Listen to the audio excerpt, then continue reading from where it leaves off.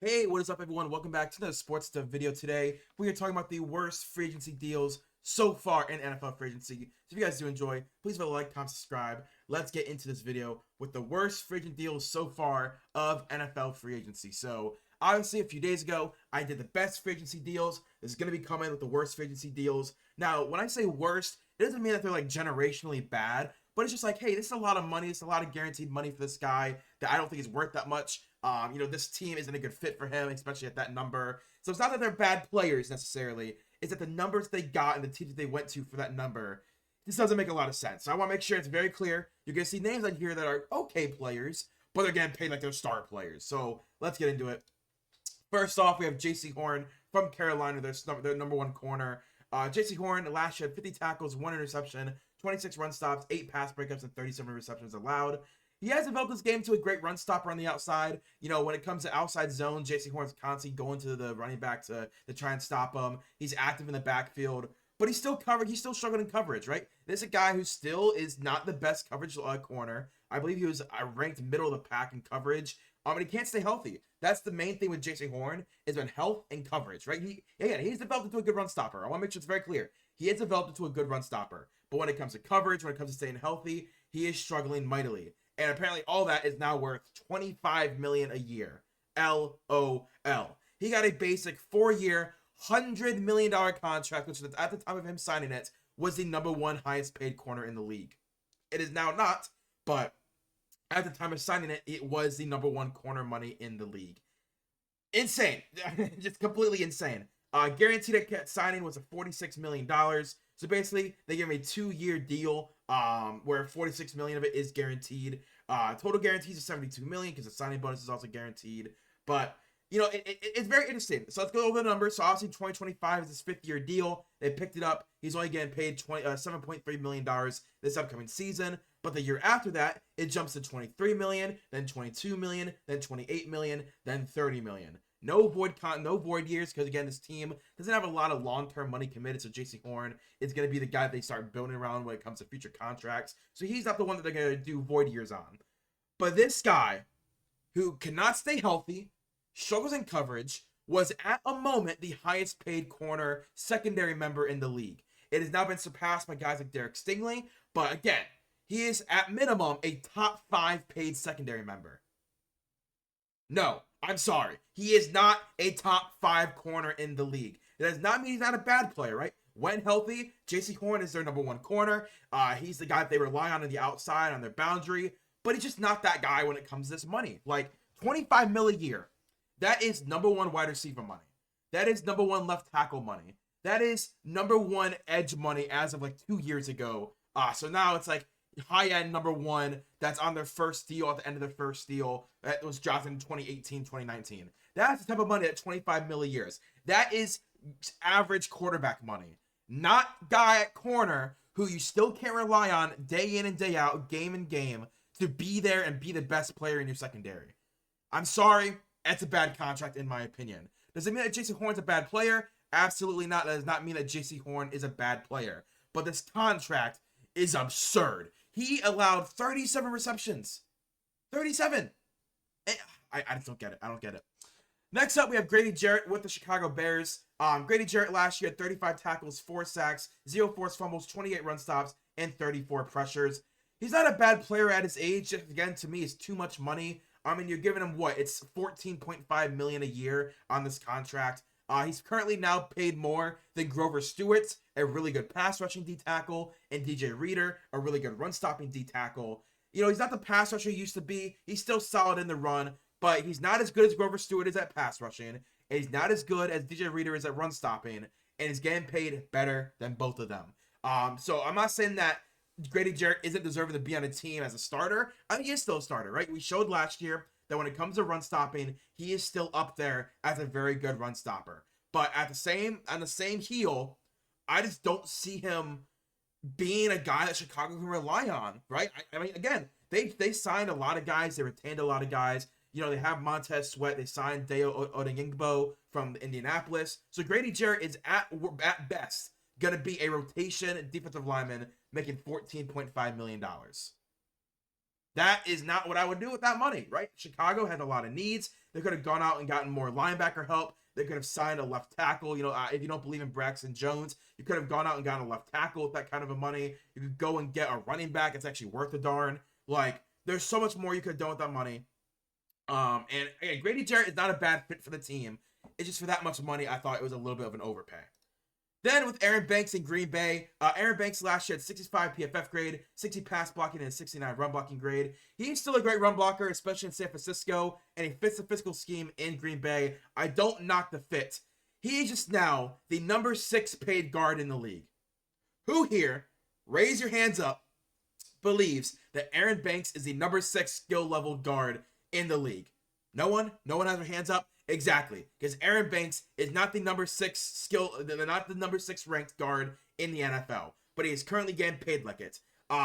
Just a straight overpay. Again, I thought he was a great scheme fit, but nearly $20 million for Aaron Banks. I had him at like 10, 11 million at the most to teams like the Browns, to teams like the Titans, the teams like the Giants. Those are good fits for him as well. Obviously, any West Coast offense that has shades of West Coast running schemes is gonna like an Aaron Banks style. In Green Bay, it comes from that West Coast type of offense, so it's a great scheme fit. But it's not for $20 million, man. And Green Bay has so many issues on defense that they spend that much money on a guard. You tell me you don't want to go get another corner, go get another physical downhill linebacker, another edge rusher. You want to go for a guard for $20 million? To me, it's just a bad waste of resources. Next up, we have Patrick McCarry, another offensive lineman going to Jacksonville. Last year, Patrick had 60 PFF grade, 70 pass blocking, 58 run blocking. $12.5 million a year isn't the worst deal for him. I had him on the high end of $7 to $8 million, so only an extra $4 million a year. It's okay. He's played nearly every position on the offensive line, but when you consider that he was a day one signing for Jacksonville, first day of free agency, they signed him for $12.5 million. When Mekhi Becton was signed for much less, a much better player, much younger, and he wasn't gone day one. I just don't like that, right? If they would have gone after Mekhi Becton, a Tevin Jenkins, if they would have gone after someone younger, has more potential, and given him around $7 to $8 million than Patrick McCarry because of his versatility, $12 million, okay, I'm cool with that. But this is their one offensive line signing that is actually worth a darn. And he got paid $12.5 million. I don't see his value at $12.5 million. I said maybe 7 to 8 was his peak. But 3 years, $37.5, $12.5 million average guaranteed, a $10 million signing bonus. You guaranteed $20 million of it. I just think it's a little bit of an overpay. I don't think he's a great scheme fit for this team either. He's been in Baltimore his entire career, and now here he is in Jacksonville. Very different offenses. The Ravens is very run heavy. That's and then the Jaguars can be very pass heavy with the way that Liam Cohen runs his offense. I just don't think he's a great scheme fit. Again, I think this is a very bad contract for the team he went to and for the player. If it would have been 3 for 24 or even 3 for 30, right? It's paying him $10 million straight up. It would have been a little better than $12.5 million, and he guaranteed $20 million. I don't know, man. I was not a fan of Patrick McCarry. It's been a few years now in Baltimore. I've been saying, how does he keep getting these contracts? I've watched this dude play so many times, and he's never impressed me. So I just don't see it, man. I don't see it. Next up, we have Jalen Moore, left tackle to the Kansas City Chiefs. Last year, he had a 75 PFF grade, 73 pass blocking, and a 70 run blocking grade. He has never once cracked 270 snaps in a season. Left tackle starters usually do about 1,000. He has never cracked over a quarter of the snaps that starters take in the NFL, and he got paid $15 million a year this year. This is just a bad deal, everyone. To me, it's a straight bad deal. You could have probably gotten Jalen Moore for like $5 million a year at most, and he got 15. Maybe they see something on film that I don't. He did only allow 1 sack and 10 pressures this year in 270 snaps. But if you average that out to 1,000 snaps, that would have been 4 sacks allowed and 40 pressures allowed. That would have been ranked second to last in pressures, only behind Graham Glasgow of the Detroit Lions. He would have been the second worst pressure rate offensive lineman in the league if he would have played all snaps at left tackle. That's what that would have been averaged out to. 40 pressures. I mean, $15 million a year for Jalen Moore. It's not as bad as some of the other contracts on here, right? It's only a 2-year deal. If you don't think he played well after 1 year, you can cut him and save $8 million in the cap space next year. It's not the worst after 1 year. But to even think that Jalen Moore, who has never cracked 270 snaps in a season, was worth $15 million, to me is a joke. It's just a joke, right? It's just a joke. And I guess maybe he does well, and maybe they extend him after 1 year. He's only 27 years old. He'll turn 28 once the season starts. I just don't see it, man. I don't see it. I don't see it. And I know I'm crazy because honestly, I trust the Kansas City Chiefs, this fine talent. So maybe I'm the crazy one. But as of this moment, this has got to be on my list of worst contracts in the NFL in the free agency period so far. Next up, we have Brandon Stephens for the New York Jets, their new outside corner. Last season, he had 64 tackles, 0 interceptions, 14 run stops, 5 pass breakups, and 65 receptions allowed. This dude was horrendous. He was god-awful. Jameis Winston was dicing his ass up. And he's now getting paid $12 million a year. Most of his tackles, of 64 tackles, were because he allowed a catch. As you can see, only 14 run stops. That means 50 of his tackles were from 65 receptions. If I am a coach and a GM and I see a corner had 60 tackles, I'm not signing that guy because he had 60 tackles, especially when he's not a run stopper really, because he's so bad in coverage. He was targeted most in the Baltimore secondary last season for a reason. He has slow feet. Now, I will say, I trust Aaron Glenn. If he signed him for that contract, there is a reason. So maybe he was just misused in Baltimore. Maybe he's actually better than I think he is. But I have watched Brandon Stephens the last 4 or 5 years now.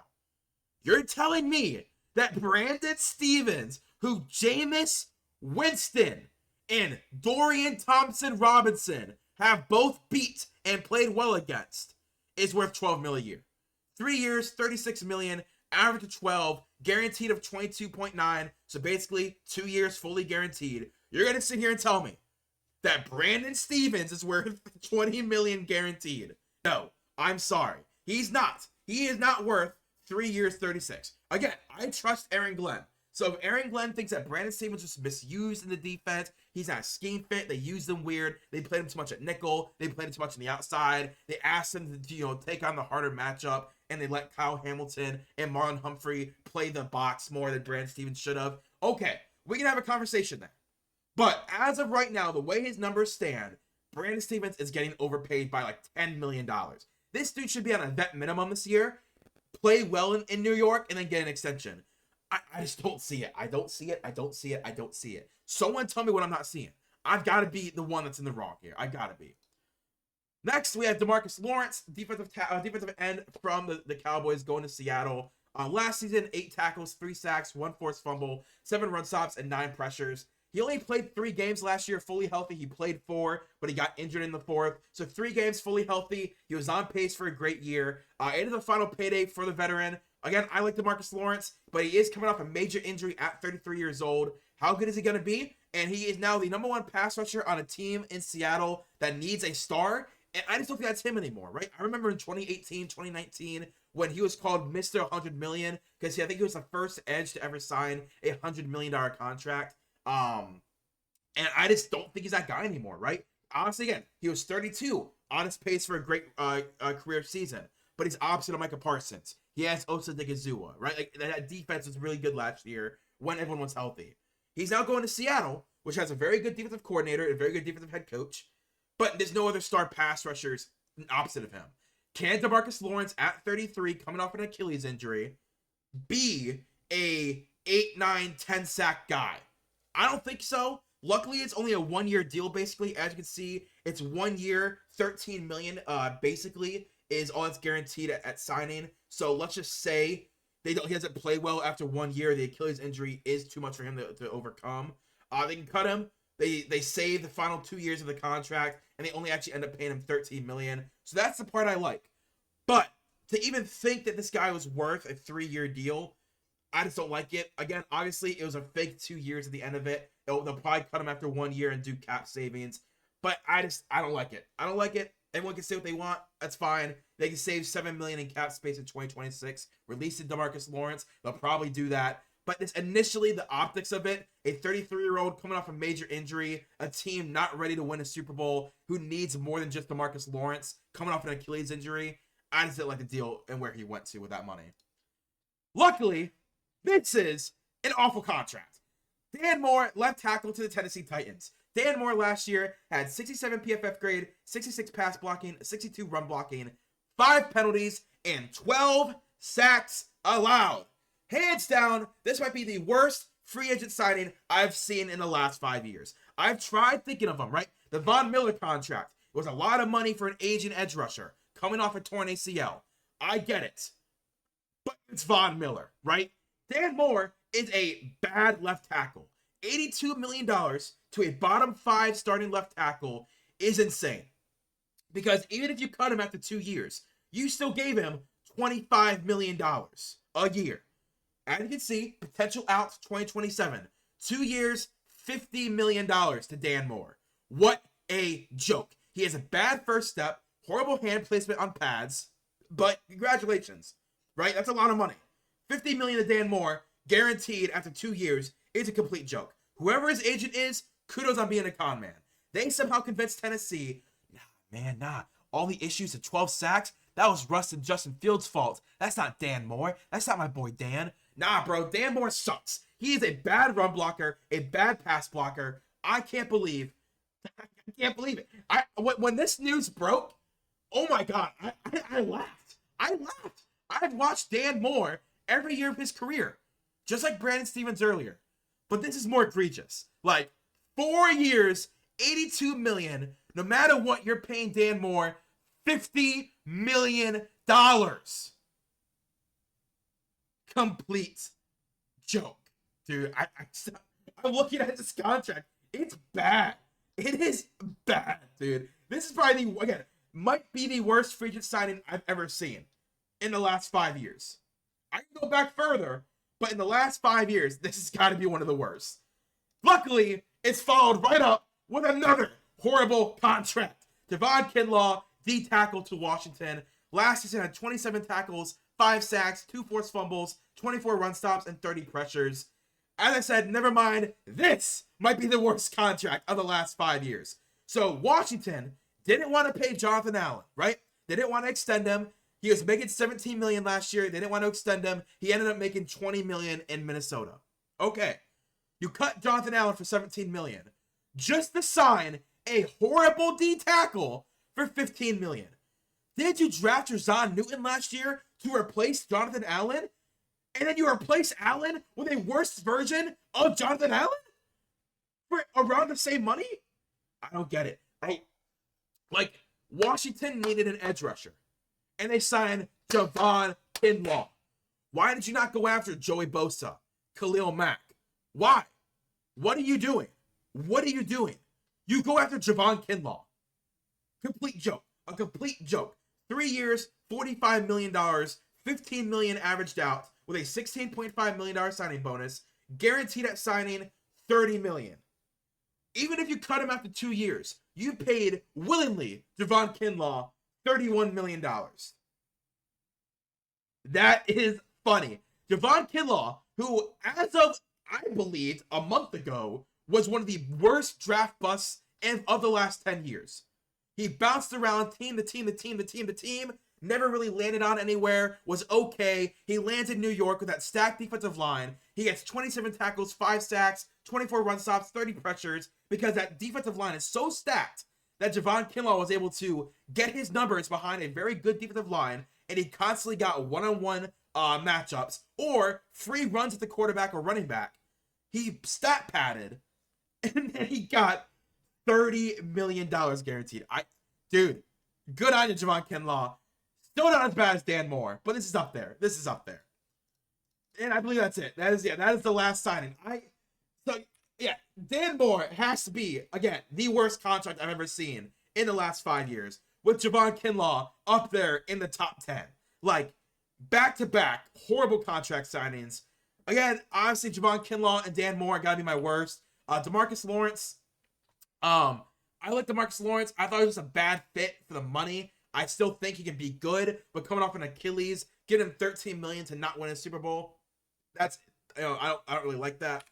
Brandon Stevens, just don't think the dude's good. I've watched him his entire career. He's not a good corner. He somehow got 12 million, but I trust Aaron Glenn that if he sees something in Brandon Stevens, I might be looking over him to the point where it's like, okay, I'm in the wrong. Then you got Jalen Moore. There's not enough proven at left tackle, and he somehow got 15 million with 20 million guaranteed. I just don't see it. I don't know why they signed him this contract. I don't see the skill level of a $15 million a year left tackle. Got Patrick McCarry to Jacksonville. I see the vision. It's always a little bit too much money. Don't think he really fits their scheme, what they want to do. You know, in Baltimore, he was okay. Just don't think he really fits what Jacksonville wants to do. Aaron Banks, complete overpay. Not a bad guard. I liked him, but it's for $20 million a year. Not worth it. Then Grady Jarrett, $14.5 million. He's past his prime. Getting paid more than other guys who got signed last year and this year in free agency. Getting paid more than them to do less. It's not too much money for Chicago. And JC Horn, can't stay healthy, struggles in coverage, good run stopper, but at the time of signing was the number one highest paid secondary member in NFL history. Not worth it. Like, he is not worth it. Now he's top 3, top 5 highest paid in NFL history. I don't see it. I don't see it. So yeah, if you guys enjoy it, please like, comment, subscribe. Let me know in the comments down below what you think of all these guys. Would you have signed them? Are they good contracts? Am I wrong? Am I overlooking some guys? And also, I want to remind you guys that during the NFL draft in the end of April, I'm going to be live streaming the NFL draft. Let me get the times as well, just so I can really give you guys information. NFL draft 2025. So, on April 24th at 7 p.m., I will be going live for round 1 in the NFL draft, doing my 5th annual NFL Draft-a-thon. And then April 25th, starting at 6 p.m., I'll also be live streaming round 2 and round 3 of the NFL draft. I'm currently working on my big board, my top 102 prospects. That's how many picks are in the first, second, and third round. My top 102 prospects with probably an extra 15 to 20 guys that I think could sneak into the second or third round. But ranking them 1 to 102 and having a breakdown of each guy, what I think the type of offense or defense they could fit into, their skill sets, their pros and cons, and then giving them a ranking as I go. So if you guys want to see that, I would really appreciate it. Support small creators. And I'll see you guys later. Peace and bye.